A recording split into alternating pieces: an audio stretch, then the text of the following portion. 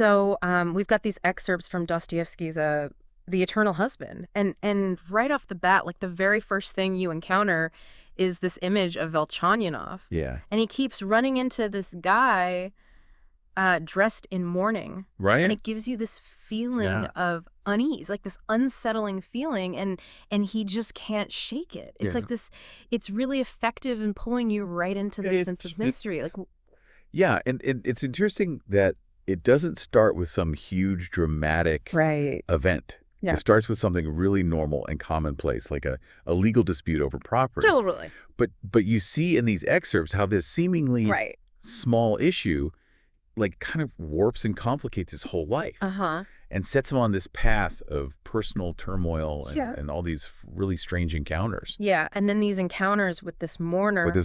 Who just keeps popping up, right? So it's Yeah. like this little crack in the foundation of his life that's widening. It is, yeah. Yeah, so for this deep dive, we really want to like get under the skin of these unsettling events in Velchaninoff's experience.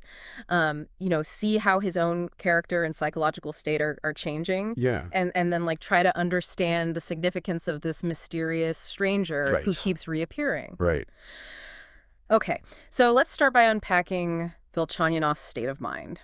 Yeah. This lawsuit, which at first seemed pretty straightforward, it suddenly takes on this like very disagreeable aspect. Yeah, and it seems like this legal complication like triggers this more widespread negative shift in his whole outlook. Right. Like everything else in his life suddenly seems worse too. It's almost like an external problem that's kind of amplifying something. It is, yeah. It's not just a separate issue. Right. It seems to be reflecting something. Right, and it's really interesting how his reaction to the legal problem actually makes things worse. Yeah. Like he hires this really clever lawyer, a respected guy, but then his impatience and suspicion get the better of him. Mm-hmm. He can't help himself. He starts interfering. He's drafting and revising documents that the lawyer keeps throwing out. He's showing up at the court and at offices. Yeah. He's essentially becoming a hindrance. Yeah. And the lawyer even tells him, just go to the countryside. Right. Yeah, it's interesting what this tells us about his character. Like instead of trusting the expert that he hired, his own anxiety and mistrust drive him to take these actions that are totally counterproductive. Right. And it might suggest like a need for control maybe, or like a deep-seated skepticism towards other people. Right. And on top of all this, his worry about his health is increasing his hypochondria. Yeah. Which is like an excessive preoccupation with having a serious illness. Yeah. But he chooses to stay in St. Petersburg in this oppressive atmosphere that he even admits is enough to destroy anyone's nerves. Yeah, it's like a self-destructive pattern. Totally. Yeah, and you get this really vivid image of how all of this turmoil is affecting him physically. Yeah. The text mentions that the like ancient kind Fanker expression in his eyes is gone, and it's been replaced with cynicism, a cunning and irony, and there's this like expression of melancholy or pain. Right. It's like his face is literally a mirror of his inner state. It is, yeah. Yeah, and this melancholy, it seems to be especially bad when he's alone, which is really interesting because this is a man who was once described as gay, careless, happy. Right. And now he prefers his own company, and he's even thinking about cutting off most of his friends. Yeah, that intention to isolate himself, especially given his financial troubles, which you'd think would make him want to keep those social connections. It points to a significant shift in his vanity. Right. It's not about outward appearances anymore. Right. His new vanity seems to stem from a discomfort with his current circumstances. He can't bear the thought of his old friends seeing him like this. Right. But then it evolves into this like special type where he focuses on things about himself that he can't ridicule, even though he'd mock those same traits in other people in society. Yeah, it's like he's developing this private moral code. Yeah. But only for himself. Right. Like it doesn't apply in public. It seems to dissolve, yeah. Yeah, and then we see this further in his nighttime contemplations. He often wakes up feeling ashamed of the thoughts and feelings that he had during those sleepless hours. Right. There's this real contrast between his daytime persona and his nighttime self. Yeah. He even goes to a doctor about this. Right. And the doctor tells him that it's a recognized phenomenon. Yeah. especially in people with like strong intellectual capacity and intense emotions. Yeah, it's almost like those dark hours can challenge your deepest beliefs and lead to some big resolutions. Right. It makes you wonder what kind of decisions he might be making. Yeah. During those long nights. Yeah, and the doctor's explanation gives this kind of scientific basis for his internal conflict. Right. It's not just like random mood swings. Yeah. It's showing the influence of our subconscious and the potential for change during those times of self-examination. Exactly. And so what's triggering these sleepless nights? Well, the text says he starts remembering all these unpleasant experiences, social missteps, embarrassing moments, unpaid debts, foolish financial decisions. So just kind of regretful memories. Yeah, his mind is digging up all this stuff. Okay, but it's more than just awkward social encounters. Okay. He starts to remember like morally questionable actions. Yeah. Things like insulting a clerk to the point of tears. Right. Starting a scandal involving a schoolmaster's wife just for fun. Yeah. And then there's this really big one. Yeah. Betraying a woman and her child and then failing to find them later. Yeah, it's a lot to carry. And the number of these memories is just overwhelming. Yeah, and this is where the change in his vanity becomes even more obvious. Okay. You see these moments where he no longer feels ashamed of his lack of wealth or his shabby clothes. Okay. But intellectually, he's still preoccupied with this idea of a power that's interested in his morals. Sitting in these damnable recollections and tears of remorse. Right. But even with all this regret, Right. he admits that he lacks true independence. He knows that if he had the chance to spread another scandal, he probably would. Yeah, it's like he knows what he should do. Right. But he's drawn to do the opposite. Exactly. Yeah, it's a real struggle. It is. And through all this, he's going back and forth about whether to just leave St. Petersburg and the lawsuit. Right. He feels this urge to escape. Yeah.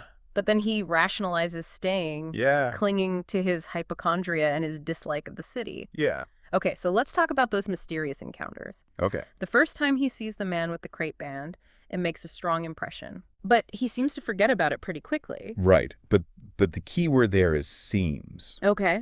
Because even though he's not consciously thinking about it, the encounter leaves him with this strange feeling. Like objectless feeling of anger against he knew not what. Right. And it's only later when he's thinking back on the day that he realizes that this feeling of anger was triggered by seeing this man. It's like his gut knew something was wrong. Yeah, like his intuition registered something before his conscious mind did. Yeah. And then the very next day, he runs into the man again on Nevsky Prospect. And this time, the man gives him this really intense stare. Right. And Velchaninoff is annoyed, but then he starts thinking about how certain faces can just make you feel disgusted. Yeah. And it's at this point that he starts to think that he's met this guy before. Right. And these encounters start to really affect him. He's in a bad mood all evening after the second meeting. Right. And he even has a bad dream. But he doesn't connect these negative feelings with the encounters at first. No, he doesn't. He even gets mad at himself for letting such a dirty-looking cad linger in his memory. Right. He feels humiliated that he's letting this guy affect him. Yeah. There's a lot of denial there. Yeah. Like he's refusing to acknowledge how important these meetings are. It's like his pride is in the way. Yeah, exactly. Okay, so then there's the third meeting at the ferry landing. And this time, Velchaninoff is almost positive that the man recognized him. Right. Maybe even tried to call out to him. Right. And he gets frustrated that the guy won't just talk to him if he really does know him. Right. And of course, more bad moods and bad dreams follow. Yeah. Which he still blames on just feeling ill. Yeah, it's classic deflection. Right. Blaming psychological discomfort on something physical so you don't have to face the real issues. It's so much easier. Yeah. Yeah, and what's interesting is that after this third meeting, the man disappears for 5 days.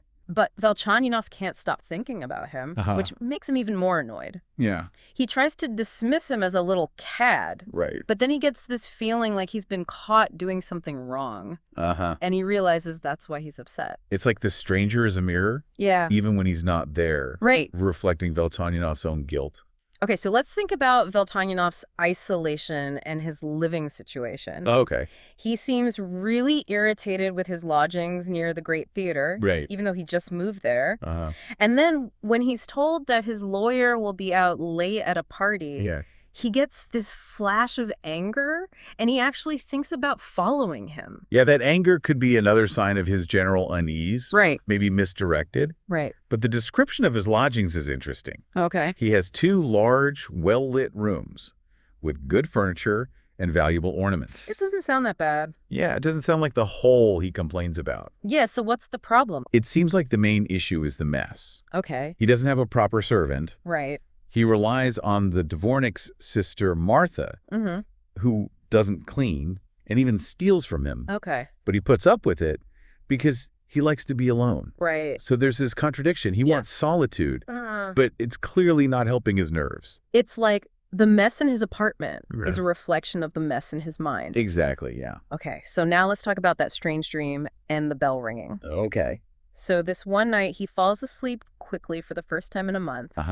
But he has these really weird dreams that are like the incoherent wanderings of fever. And the dream itself is pretty disturbing. Yeah. He's vividly imagining himself attacking this silent man. Right. And what's really unsettling is that he gets this strangest satisfaction from the violence, even though he also feels horror and suffering. Right. It's this really intense mix of emotions. Yeah, it's like his subconscious is working through some deep aggression or frustration. Yeah, and then this dream is suddenly interrupted by 3 loud rings of the doorbell. Right.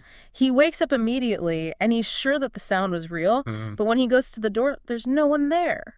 Yeah, it's such a classic suspense moment. Totally. Right. So he checks everything out, finds no one, goes back to his room, and then he realizes that he left his door unlocked and unchained.